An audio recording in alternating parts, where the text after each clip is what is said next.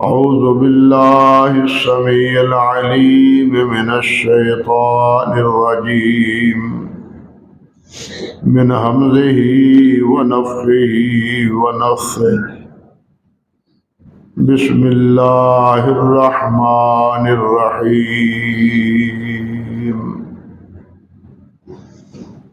ربنا إني أسكنت من ذريتي بواد غير ذي زرع عند بيتك المحرم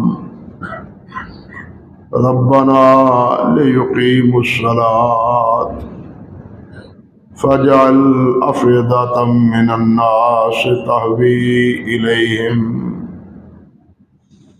وارزقهم من الثمرات لعلهم يشكرون ربنا إنك تعلم ما نخفي وما نعلن وما يخفى على الله من شيء في الأرض ولا في السماء سبحان ربك رب العزة عما يصفون وسلام على المرسلين والحمد لله رب العالمين۔ محترم مکرم سامعین کرام، عزت مآب میری بہنوں اور بیٹیوں، سورت ابراہیم کی ان آیات مبارکہ سے پہلے جو آیات ہیں، گزشتہ خطبے میں کچھ ان کی وضاحت پیش کر رہا تھا، اور آج یہ جو آیات پڑھی ہیں ان کے بارے میں چند گزارشات مطلوب اور مقصود۔ ابراہیم علیہ السلام، اللہ سبحانہ و تعالی نے انہیں اپنا خلیل کہا ہے، واتخذ اللہ ابراہیم خلیلا، کہ اللہ نے ابراہیم کو اپنا دوست بنایا۔ اللہ اکبر کبیر۔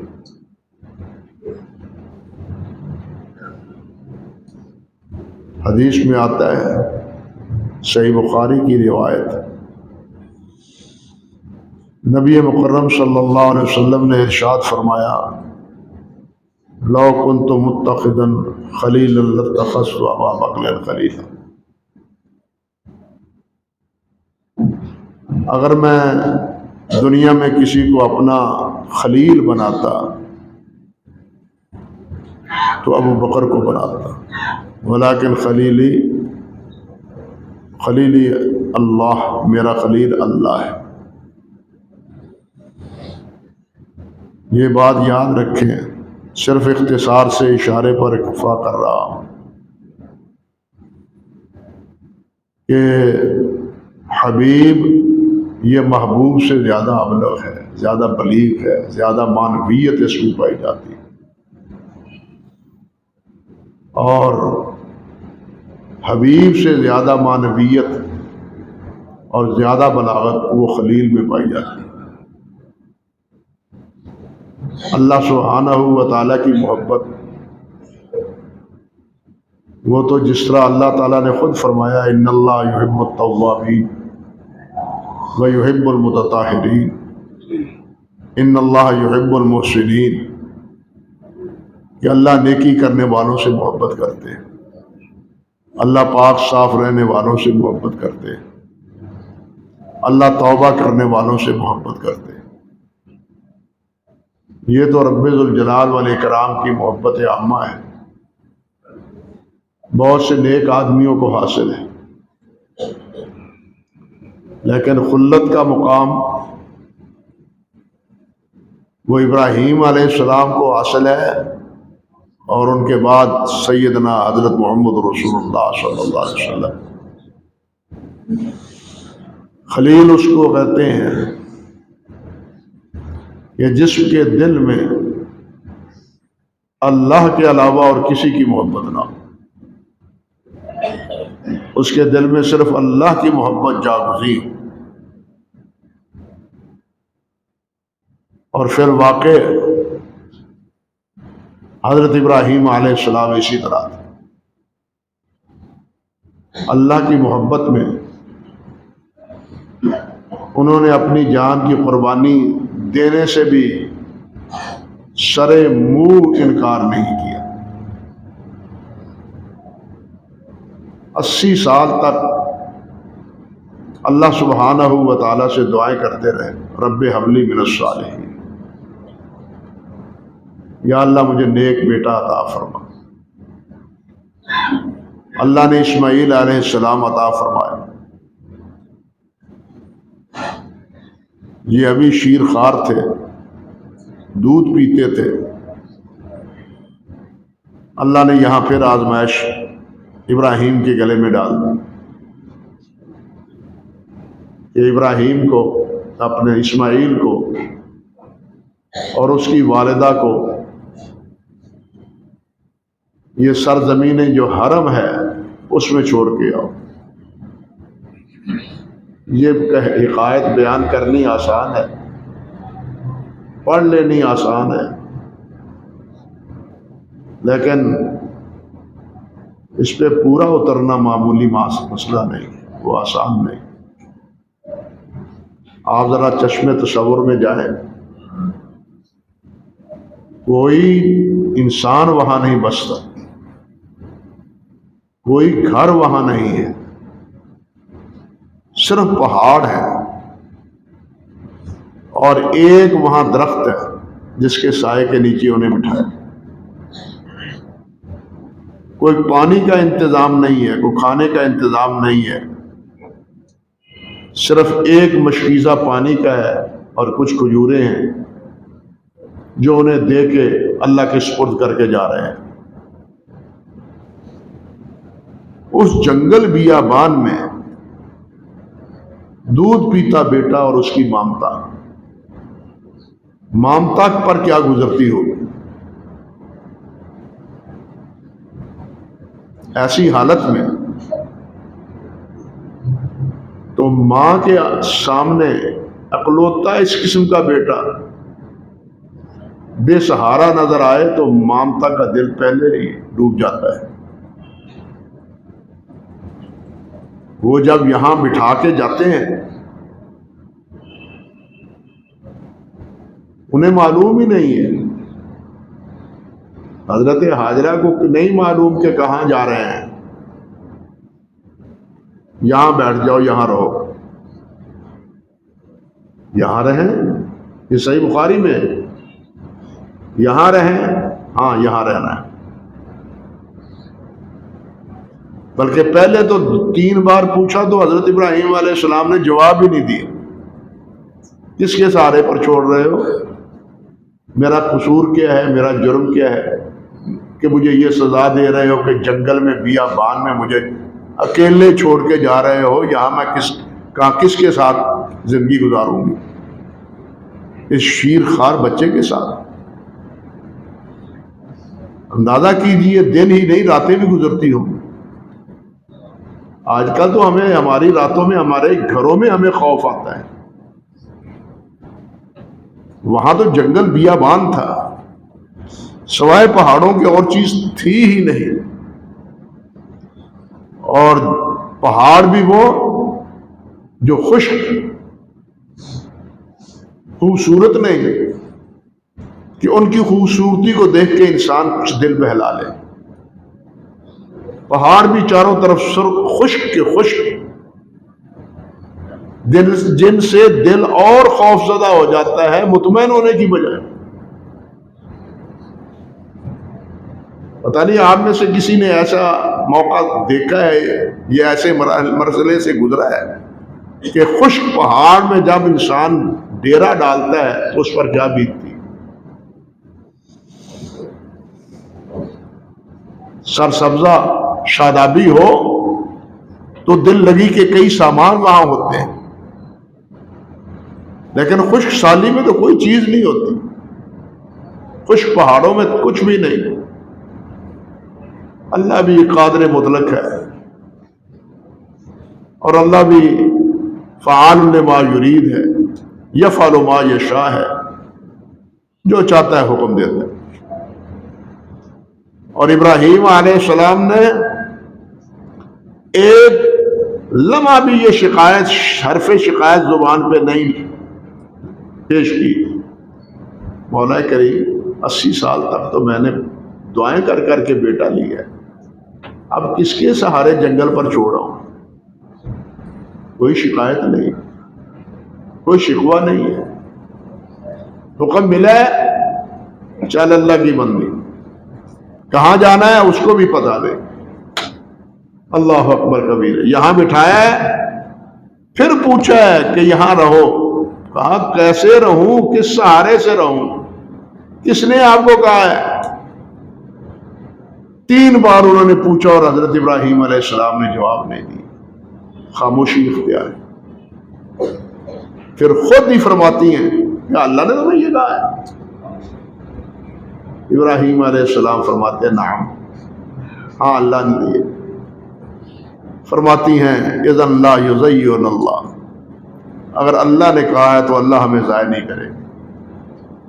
یہ ہے اللہ پر اعتقاد، یہ ہے اللہ پر بھروسہ، یہ ہے اللہ پر توکل۔ ہمارے ہاں تو سب کچھ ہوتے ہوئے بھی ہم اللہ پہ سہارا چھوڑ دیتے، اللہ کا سہارا چھوڑ دیتے۔ یہاں چند کھجورے ہیں ایک تھیلے میں، اور ایک مشکیزہ چھوٹا سا پانی کا، پانی کا وہاں اردا گرد کوئی دور دور تک تصور بھی نہیں ہے۔ یہاں سے چھوڑ کے یہاں بٹھا کے چل نکلتے ہیں پیچھے، صفا مروہ کی طرف سے پیچھے سے نکلے ہیں، پیچھے جا کے پہاڑ کی اوڑ میں، دل تو انسان ہی کا ہے نا، پتھر تو نہیں نا، انسان ہی کا دل، وہاں جا کے اللہ سبحانہ و تعالیٰ سے دعا کرتے ہیں۔ ایک عرصہ ہوا چھتا بدار ہوتا تھا وہاں مروہ کے ساتھ پیچھے لمبا، مسجد جن تک جاتا تھا، وہاں ایک جگہ بنی ہوئی تھی چھوٹی سی، اس کے بارے میں مشہور تھا کہ یہاں یہ جگہ ہے جہاں حضرت ابراہیم علیہ السلام نے دعا کی تھی، واللہ اعلم، لیکن وہ جگہ وہاں چھوڑی ہوئی تھی، میں نے خود اپنی آنکھوں سے دیکھی۔ اور وہاں دعا کرتے کیا ہے؟ وہ یہی دعا ہے جو الفاظ میں نے آپ کے سامنے پڑھے، ربنا انی اسکنت من ذریتی بواد غیر ذی زرع، یہ ہمارے پروردگار میں اپنی اولاد کو بواد غیر ذی زرع، ایسی وادی میں چھوڑ کے جا رہا ہوں جس میں کوئی کھیتی باڑی نہیں ہوتی، بے آب و گیا ہے، نہ پانی کا انتظام ہے، نہ کھانے پینے کا یہاں کوئی انتظام۔ عند بیتک المحرم، تیرے حرمت والے گھر کے پاس، جس کو اللہ ذوالجلال نے ابتدا ہی سے حرمت والا بنایا، یہ نہیں کہ اللہ بعد میں فیصلے فرماتا ہے، اللہ کا علم اور اللہ کے فیصلے وہ حادث نہیں ہیں، وہ پہلے ہو چکے، اس کی تنفیذ بعد میں ہوتی ہے۔ حقیقت سمجھ لے مسئلے کی بنیاد، یعنی جو کچھ ہے فیصلے وہ پہلے ہو چکے، بلکہ زمین و آسمان کے پیدا ہونے سے بھی 50,000 سال پہلے رسول اللہ فرماتے ہیں فیصلے کر دیے اللہ نے صلی اللہ علیہ وسلم، کہ کیا ہوگا کیا نہیں ہوگا، کون کہاں ہوگا، کب تک رہے گا، کب تک جیے گا، کیا کرے گا، سب کچھ، یہ جگہ کیسی ہوگی، یہ جگہ کیسی ہوگی، اس جگہ کون رہے گا، یہاں کون رہے گا۔ وَمَا مِن دَابَّةٍ فِي الْأَرْضِ إِلَّا عَلَى اللَّهِ رِزْقُهَا وَيَعْلَمُ مُسْتَقَرَّهَا وَمُسْتَوْدَعَهَا، وہ جانتا ہے کہ کسی نے کہاں رہنا ہے، اس لیے وہ جہاں انسان بستا ہے رہتا ہے وہاں اللہ اس کا انتظام بھی کرتا ہے۔ اب یہاں وادی غیر ذی زرع عند بیتک المحرم، تیرے حرمت والے شہر میں، حرمت والے گھر میں یہاں چھوڑ کے جا رہا ہوں۔ اللہ اکبر کبیرہ، اللہ اکبر کبیرہ۔ اور یہ حرمت والا شہر ایسا ہے کہ جس کی حرمت انسانوں کے بارے پر ہی مشتمل نہیں ہے، حیوان بھی اس کا احترام کرتے ہیں۔ صحابہ کرام فرماتے ہیں، عبداللہ بن عمر فرماتے ہیں، میرے باپ کا قاتل بھی اگر مجھے حرم میں مل جائے میں اس سے بھی تعرض نہیں کروں گا۔ اس جگہ کو اللہ نے امن والا بھی بنایا ہے، حرمت والا بھی بنایا ہے۔ آپ پچھلے خطبے میں سن چکے ہیں کہ ابراہیم علیہ السلام نے ہی کہا، عرض کیا تھا کہ رب اجعل ھذا البلد آمنا، یا اللہ شہر کو امن عطا فرما۔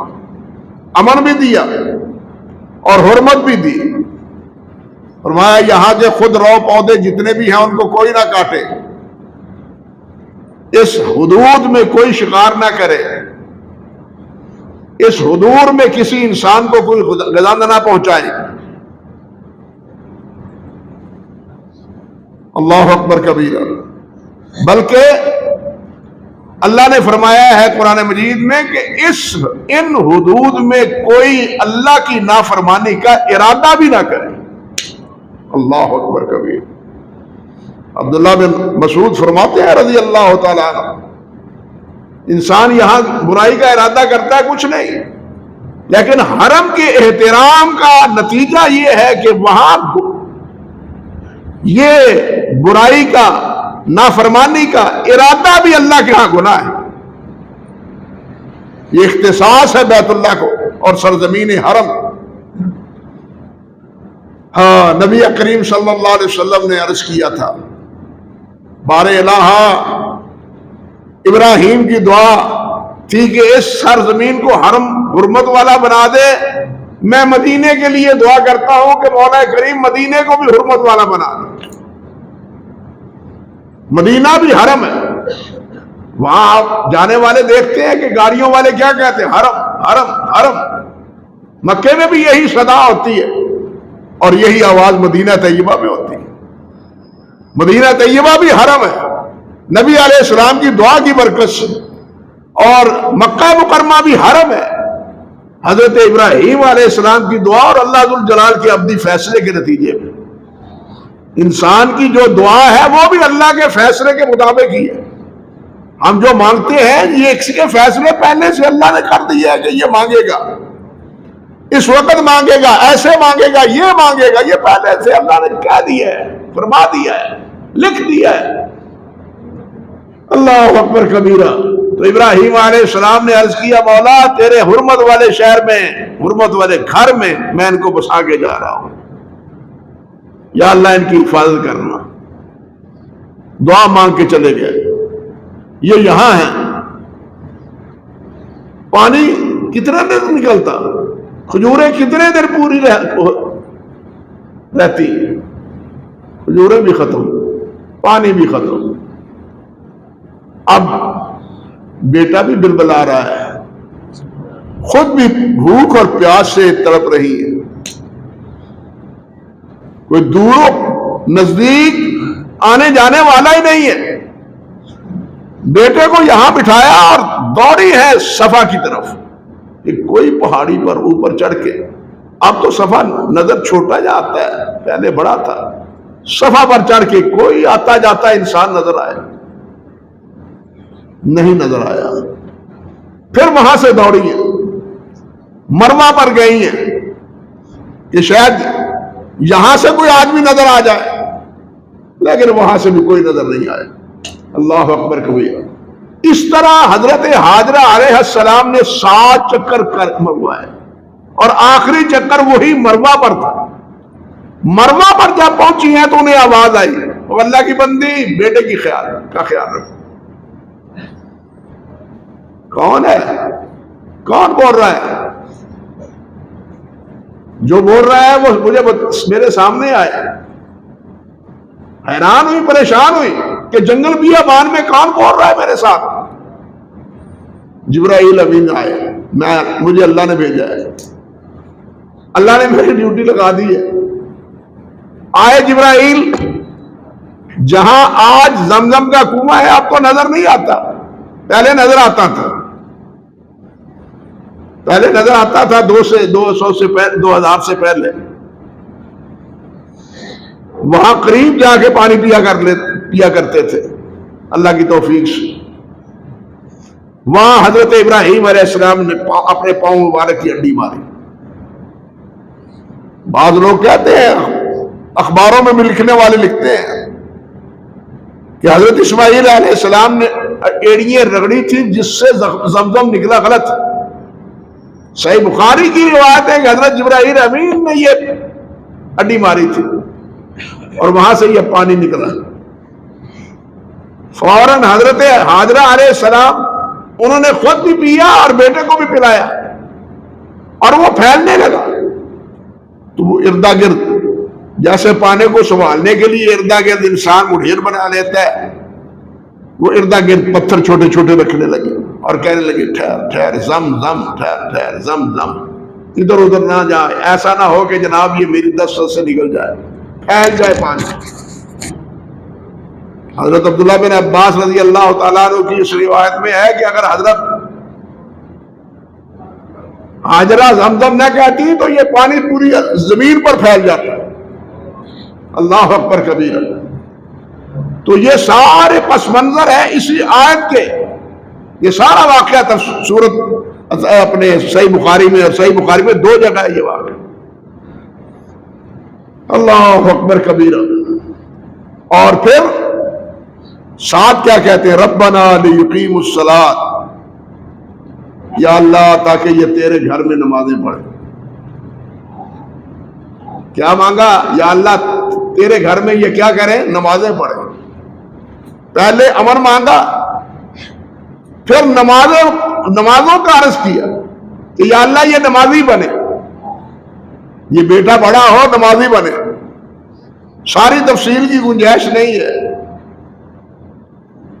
آپ دیکھیں کہ امن کا سب سے بڑا ذریعہ نماز ہے، اطمینان کا سب سے بڑا ذریعہ نماز ہے۔ ہمیں یہ بات سمجھ نہیں آتی۔ نبی علیہ الصلوۃ والسلام نے فرمایا، آپ فرمایا کرتے تھے حضرت بلال کو، اذن یا بلال ارحنا بالصلاۃ، بلال آذان کا ہو، نماز سے ہمیں راحت ملتی۔ اللہ نے فرمایا الا بذکر اللہ تطمئن القلوب، کہ دلوں کو اطمینان، سکون کس سے ہوتا ہے؟ اللہ کے ذکر سے ہوتا ہے، اور نماز اللہ کے ذکر کا سب سے بڑا مظہر ہے۔ نماز کے علاوہ زبان تنہا ذکر کرتی ہے، لیکن نماز میں انسان کا سارا جسم وہ اللہ ذو الجلال کی یاد میں مصروف ہے، بشرطے کہ ہماری نمازیں ایسی ہوں۔ اللہ اکبر کبیرہ۔ تو جو ذریعہ ہے امن کا، اطمینان کا، وہ ذریعہ اللہ سبحانہ و تعالی سے مانگا۔ اور میرے بھائیوں، اگر ہم اپنے گھروں میں امن چاہتے ہیں، اپنے شہروں میں امن چاہتے ہیں، اپنے ملک میں، عالم اسلام میں امن چاہتے ہیں، تو اللہ کے در پر جھک جائیے، اللہ کے در پر آ جائیے، اللہ کے بندے بن جاؤ، اللہ سے لا لگا لو، اللہ سے تعلق جوڑ لو، اور اللہ سے تعلق جوڑنے کا سب سے بڑا ذریعہ یہ نماز ہے، جس میں قرآن بھی ہے، جس میں تسبیحات بھی ہیں، جس میں رکوع بھی ہے، جس میں سجدہ بھی ہے، اور عبدیت کا کامل مظہر ہے یہ نماز، غلامی کا پورا اظہار ہے یہ نماز۔ اس سے بڑی اور کیا غلامی ہو؟ جب کسی بڑے کو منانا ہوتا ہے تو آدمی اس کے پاؤں پڑ جاتا ہے، پاؤں کو ہاتھ لگاتا ہے۔ یہاں تو انسان رب کے سامنے سر پر سجود ہوتا ہے۔ اور اللہ کے پیارے پیغمبر نے ارشاد فرمایا ہے کہ اقرب ما یکون العبد من ربہ وہو ساجد الیہ، سب سے زیادہ بندہ اپنے رب کے قریب اس وقت ہوتا ہے جب سر بسجود ہوتا ہے. تو یہ رب سے جڑنے کا ذریعہ ہے. ہم جب رب سے جڑے ہوئے نہیں ہیں، پورے ماحول کو دیکھ لو، کتنے ہیں جو نمازی ہیں، کتنے ہیں جو مسجدوں کو آباد کرنے والے ہیں، کتنے ہیں جو اللہ کو یاد کرنے والے ہیں. گنتی کے افراد سے تبدیلی واقع نہیں ہوتی. تبدیلی واقع ہوتی ہے اور اللہ کے عذاب کے سارے آثار نمایاں ہو چکے تھے قوم یونس پر، اور ساری قوم، بچے کیا، بوڑھے کیا، جوان کیا، حتیٰ کہ حیوانات کو بھی میدان میں لے آئے اور گڑ گڑائے، مولا کریم ہم معافی مانگتے ہیں، ہم تیرے بندے بنیں گے. اللہ نے آیا ہوا عذاب بتا دیا، ٹال دیا. یہ عذاب ڈلتے ہیں جب قوم معافی مانگے. ان اللہ لا یغیر بقوم حتی یغیروا بانفسہم. جب وہ خود تبدیلی نہیں کرتے تو اللہ بھی تبدیل نہیں کرتا. ہم تبدیل ہو، اپنے آپ کو تبدیل کریں، ہم اپنا تعلق اپنے اللہ سے جوڑے، اللہ کے سامنے سر بسجود رہے. صحابہ کرام، انبیاء کرام، اولیاء اعظام جب بھی موقع ملتا تھا، آخر حضرت بلال کو کیا کہا نبی علیہ السلام نے؟ بلال، کیا وجہ ہے کہ میں نے خواب میں دیکھا میرے آگے آگے جنت میں تم نے تیری جوتوں کی آواز آ رہی تھی، کیا کرتے ہو تم؟ عرض کرنے لگے جی اور تو کچھ نہیں کرتا، جب بھی وضو کرتا ہوں 2 رکعتیں پڑھ لیتا ہوں. کوئی عمل اور کیا ہے؟ نماز ہے نا، نماز پڑھ لیتا ہوں. آپ نے فرمایا بس اسی کی بدولت تو میرے آگے آگے تھا، تیری جوتوں کی آواز آگے آگے مجھے سنائی دے رہی ہے. یعنی جب بھی موقع ملتا ہے اللہ کے سامنے سر بسجود. اور آپ سن چکے ہیں کہ این میدان جہاد میں بھی اللہ نے نماز کو معاف نہیں کیا. این نماز جہاد میں بھی لڑائی کے دوران دشمن کے ساتھ مٹبھیر ہو رہی ہے، لیکن اس وقت بھی نماز کی چھٹی معافی نہیں ہے. تو پھر کسی اور وقت کیسے ہو سکتی؟ ہم نے تو ویسے ہی نمازوں کو اپنے لیے معاف کروا لیا، ایسا معلوم ہوتا ہے. اللہ معاف فرمائے، ایسے معلوم ہوتا ہے ہمارے لیے نماز فرض ہی نہیں ہے. نوافل پڑھنے تو گزار ہے، نفل پڑھنے تو گزار ہے، فرض کی پابندی نہیں ہے.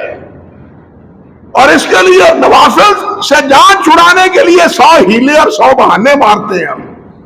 دکھ کی بات ہے، درد کی بات ہے، سچی بات ہے، تکلیف ہوتی ہے یہ باتیں کرتے ہو. نوافل کا کوئی شوق ہی نہیں ہے، بڑی مشکل سے سنتیں ادا کرتے ہیں، اور فرض پڑھ کے مسجدوں میں دل ہی نہیں لگتا ہے دل ہمارا. نبی مکرم نے فرمایا المومنو کل مسجد فی المسجد کالسمک فی الماء. مومن مسجد میں ایسے ہوتا ہے جیسے مچھلی پانی میں ہوتی ہے. جیسے اس کا دل پانی میں لگتا ہے، مومن کا دل مسجد میں لگتا ہے. ہمارا دل کہاں لگتا ہے؟ بازار میں. ہمارا دل لگتا ہے بازار میں، جو اللہ کے ہاں سب سے بری جگہ ہے، اور اللہ کے ہاں اس دھرتی پر سب سے اچھی جگہ مسجد ہے. یہ خود اللہ ذو الجلال نے فرمایا ہے. لیکن ہمارا دل مسجدوں میں نہیں لگتا، ہمارا دل بازاروں میں لگتا ہے. اور پھر کچھ ایسے بندے بھی اللہ کے ہیں جو دیکھو مولوی نمازاں دی گل ہی کردے نے، مسجداں دی گل ہی کردے نے. انہاں نوں کی پتا کاروبار کیویں ہوندا ہے، انہاں نوں کی پتا دنیا کیویں چلدی ہے، اور انہاں نوں کی پتا دنیا تے جناب چاند تے پہنچ گئی ہے، مریخ تے پہنچ گئی ہے. یہ گلاں نمازاں دی کردے نے. انا للہ و انا الیہ راجعون. چاند پر پہنچ کے مریخ پر پہنچ گئے، کیا تارے توڑ لائے ہیں؟ پہنچنے والوں نے دنیا کو امن دیا ہے، پہنچنے والوں نے دنیا کو اطمینان دیا ہے، دنیا کے لیے تباہی اور بربادی کا وہ پیغام لائے ہیں. اطمینان ہے اس ہستی کے ساتھ جو چاند کیا، سورج کیا، آسمان کیا، آسمانوں سے اوپر عرش ہے، عرش کے بھی اوپر ہے. ہمارا تعلق تو اس کے ساتھ ہے، اور تم تو ابھی پہلے آسمان سے نیچے مریخ تک کی بات کرتے ہو. ہمارا تعلق اللہ ذوالجلال والاکرام سے ہے جو فوق العرش. دلوں کو اطمینان اس عرش والے کے ساتھ ہوتا ہے. امن اس سے نصیب ہوگا، مریخ کے پہنچنے سے نہیں ہوگا، چاند پر پہنچنے سے نہیں ہوگا. یہاں پہنچنے والوں نے ہمیں دیا کیا ہے سوائے تباہی اور بربادی اور ابارگی کے. حضرت ابراہیم علیہ السلام نے یہی بات کی کہ یا اللہ پہلے امن اور پھر نماز. کیوں؟ امن کا ذریعہ اطمینان کا ذریعہ نماز. لیکن ہم اس نبوی تعلیم کو بھول چکے ہیں، انبیاء کی تعلیم کو بھول چکے ہیں. اللہ اکبر کبیرہ. اور آگے کیا کہتے ہیں؟ بہت سی باتیں تھیں یار، کیا کروں، وقت بھی نہیں ہوتا، بہت سے مسائل بھی ہیں قربانی کے، کیا کروں. فرمایا فَجْعَلْ أَفْئِدَةً مِّنَ النَّاسِ تَهْوِي إِلَيْهِمْ. یا اللہ یہاں رہتا تو کوئی نہیں ہے، لوگوں کے دل اس کی طرف موڑ دے. مڑے ہوئے ہیں یا نہیں؟ مڑے ہوئے ہیں دل یا نہیں؟ کس مسلمان، بشرطے کہ وہ مسلمان صحیح ہو، اس کا دل حرم پاک میں جانے کا نہیں چاہتا. اور یہ اللہ کی قدرت ہے. اب تو محل بن گئے، اب تو ٹاور بڑے بڑے بن گئے، لیکن ان ٹاوروں کے بننے سے پہلے جب بالکل خشک پہاڑ تھے، ان خشک پہاڑوں میں اللہ ذوالجلال نے اپنا گھر بسایا. یہ اس لیے کہ جو یہاں آئے وہ عبادت کے لیے آئے، سیاحت کے لیے نہ آئے. سیاحت کی نیت نہ ہو، وہ جی چلو سیر دی سیر تے عمرے دا عمرہ، انما الاعمال بالنیات. اگر یہ نیت ہے تو پھر ایسے عمروں سے بھی اللہ ذوالجلال والاکرام کچھ نہیں دیتا. اللہ نے تو اسی لیے اس کو بے آب و گیا جگہ پر بنایا تھا تاکہ دل لگی کہ یہاں بظاہر کوئی سامان نہ ہو. لیکن آج ماحول اس کے برعکس بنا ہوا ہے. لوگ پھر جواب کرتے چلو جی زیارت بھی ہو جائے گی تو چلو ٹاور بھی کھاویں گے. لیکن ابراہیم علیہ السلام نے کیا فرمایا؟ فَجْعَلْ أَفْئِدَةً مِّنَ النَّاسِ. اللہ ذوالجلال نے بھی فرمایا ہے اِذْ جَعَلْنَا الْبَيْتَ مَثَابَةً لِلنَّاسِ.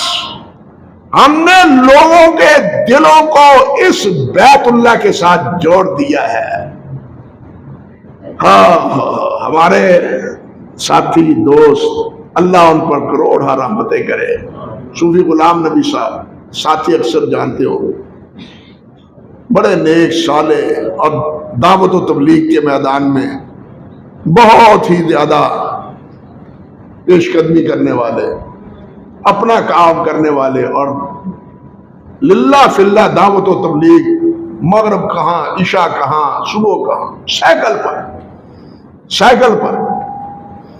وہ ایک جملہ کہا کرتے تھے، فرمایا کرتے تھے جو وہاں گیا نہیں وہ ترستا ہے، جو گیا ہے اس کا دل تڑپتا ہے. جو گیا نہیں ابھی وہ ترستا ہے، اور جس نے دیکھا ہے اس کا دل تڑپتا ہے. اللہ والوں نے تو ایک بات یہاں یہ بھی کہی ہے کہ دیکھنے کے بعد اگر وہاں دل جانے کو نہ کرے تو سمجھے کہ میرا پہلا جانا قبول نہیں ہے. بات سمجھ گئے؟ اگر جانے کے بعد پھر دل میں یہ امنگ، یہ امید، یہ طلب نہیں ہے کہ یا اللہ لے چل پھر، تو پہلا پھیرا جو ہے نا وہ ناکام ہے. اپنے گھر میں وہی آنے دیتا ہے جس کو وہ پسند کرتا ہے. جس کو وہ پسند نہیں کرتا وہ اس کے لیے اپنے گھر کے دروازے بند کر دیتا ہے، پھر دوبارہ وہاں جانے کو جی نہیں چاہتا. اللہ ہمیں ایسا نہ کرے. اور آج ہم اپنی آنکھوں سے دیکھ رہے ہیں، آج حرم تکبیر لبیک کی صدا سے گونج رہا ہے. لبیک اللہم لبیک، اللہ اکبر اللہ اکبر. ہمیں بھی یہاں ان کی نقالی کرنے کا حکم ہے. یہاں ان کی نقالی کا ہمیں یہاں بھی حکم ہے. حاجی نے لبیک کہنا ہے اور اس کے بعد تکبیریں پڑھنی ہیں. ہم نے لبیک نہیں کہنا، ہم نے تکبیریں پڑھنی ہیں. عبداللہ ابن عمر تو 10 دن ہی تکبیریں کہتے تھے، بدل کے بازاروں میں نکل جاتے تھے اور تکبیریں پڑھتے تھے، گنگناتے پھرتے تھے. اور دکانوں پر بیٹھے ہوئے حضرات ان کی تکبیرات سن کے وہ بھی بیٹھے ہوئے تکبیر پڑھنا شروع کر دیتے تھے. اللہ اکبر، تاکہ ہر جگہ اللہ کی کبریائی کا ڈنکا بجے. اللہ اکبر اللہ اکبر اللہ اکبر اللہ اکبر، لا الہ الا اللہ اللہ اکبر اللہ اکبر وللہ الحمد. اللہ کی کبریائی کا اظہار. وہاں 10 کو کینکریے مارنے کے بعد حجامت ہے، وہاں عید کی نماز نہیں ہے. آپ نے عید کی نماز پڑھنی ہے اور قربانی کرنی ہے انہی کی طریقے کے مطابق. بعد میں بال کاٹنے، بات سمجھے؟ جس طرح وہاں 10 کی رات پہلے قربانی کی اجازت نہیں ہے، یہاں بھی نبی علیہ السلام نے فرمایا صبح کی نماز یعنی طلوع آفتاب کے بعد ہی قربانی ہے، پہلے قربانی نہیں ہے. جو طلوع آفتاب سے پہلے قربانی کرتا ہے وہ گوشت کھانے کے لیے کرتا ہے، اللہ کی رضا کے لیے نہیں کرتا. لوگ موجود ہیں جو صبح کی نماز کے وقت سورج نکلنے سے بھی پہلے قربانیاں کر لیتے ہیں، ایسے میں لوگ موجود ہیں.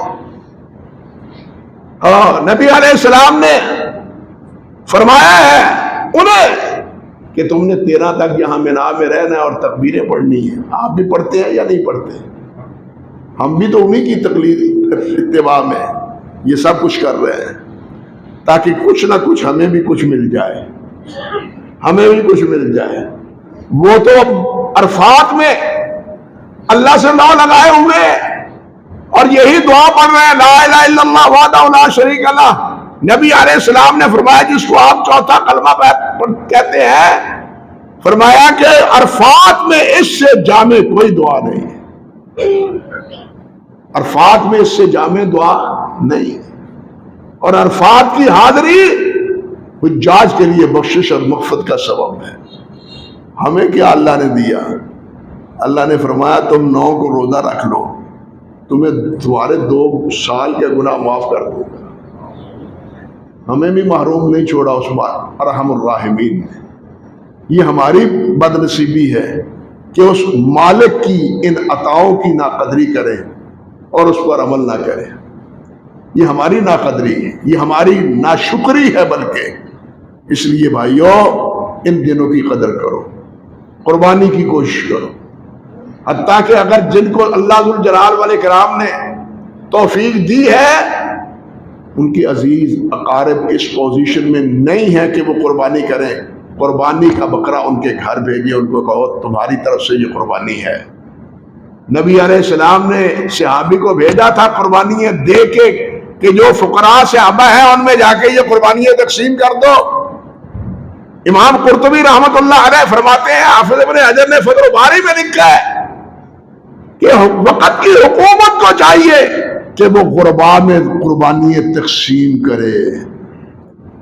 کیوں؟ یہ قربانی شعار اسلام ہے، تاکہ اس شعار کی احیاء میں وہ فقراء بھی شریک ہو. لیکن آج لوگ تو بھات بھات کی باتیں کرتے ہیں. وہ کہتے ہیں قربانی ہے ہی نہیں. نبی علیہ السلام نے تو فقراء کو بھی شامل کیا کہ وہ بھی قربانی کرے،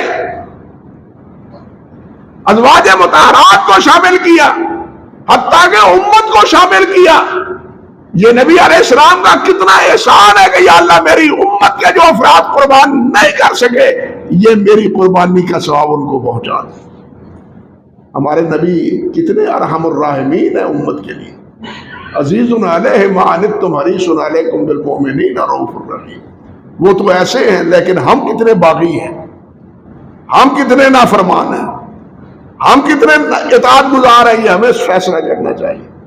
اس لیے بھائیو دن آ رہے ہیں، ان دنوں کو غنیمت جانیے، اللہ اللہ کیجیے، قرآن مجید پڑھے، 9 کا روزہ رکھنے کی کوشش کریں، بلکہ دوسرے دنوں میں بھی اگر توفیق اللہ دے دے تو وہ بھی رکھیں، اور تسبیحات، تکبیرات، تلاوت قرآن اس کے کا اہتمام کریں. اللہ مجھے بھی توفیق دے، آپ کو بھی توفیق عطا فرمائے. اقول قولی ھذا استغفر اللہ لی ولکم ولسائر المسلمین.